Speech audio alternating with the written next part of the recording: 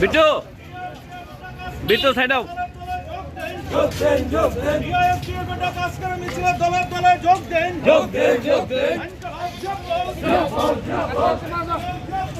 উপেক্ষা করে, শাসকের ভয় ভীতি হুমকিকে উপেক্ষা করে এই কর্মসূচিগুলিতে যুবজন দারুণভাবে উপস্থিত হচ্ছেন তাদের জীবন যন্ত্রণার হাত থেকে মুক্তি পাওয়ার জন্য ক্রমশ ঐক্যবদ্ধ হয়ে লড়াই আন্দোলনকে আরো তেজি করবার শপথ গ্রহণ করছেন এই কর্মসূচির মধ্য দিয়ে।